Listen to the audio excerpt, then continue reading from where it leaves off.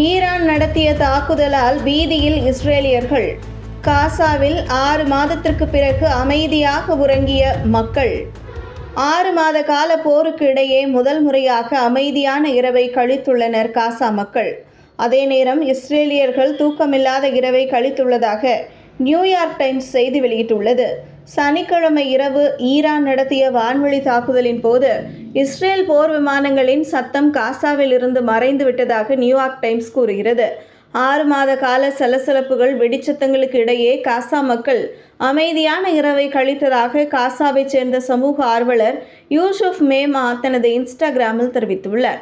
மற்றொரு காசா ஆர்வலரான மஹ்மூத் ஷூரஃப் அன்று இரவு காசா தெருவில் நடப்பதை வீடியோவாக பதிவு செய்து இன்ஸ்டாகிராமில் வெளியிட்டுள்ளார். அவ்வீடியோவில் வானம் அமைதியாக இருக்கிறது, என்னால் இதை நம்ப முடியவில்லை என குறிப்பிடுகிறார். மத்திய காசாவில் உள்ள டெய்ர் அல் பாலா அகதிகள் முகாமில் தஞ்சமடைந்துள்ளவர்கள் கூறுகையில், இஸ்ரேல் தளங்களை குறிவைத்து ஏவுகணைகள் வீசப்பட்டதை கேள்விப்பட்ட போது நாங்கள் மகிழ்ச்சியடைந்தோம். ஆனாலும் எங்களால் இந்த செய்தியை நம்ப முடியவில்லை. ஈரானின் எதிர்வினையை இந்த அளவு எதிர்பார்க்கவில்லை. இஸ்ரேலை வேண்டாம் என எதிர்க்கும் ஒரு நாடு இருப்பது தங்களுக்கு நிம்மதியாக உள்ளதாக தெரிவித்துள்ளனர். அதேபோல் பாலஸ்தீன விடுதலை குழுக்களும் ஈரானை பாராட்டியுள்ளன.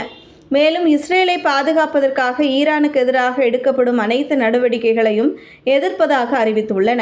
இதனிடையே டமாஸ்கஸ் தூதரகம் மீதான தாக்குதல் உள்ளிட்ட சியோனிசவாதிகளின் கொடூரங்களுக்கு விடையளிக்கும் வகையிலேயே இந்த தாக்குதலை நடத்தியதாக ஈரானின் இஸ்லாமிய புரட்சிகர இராணுவம் அறிவித்துள்ளது குறிப்பிடத்தக்கது.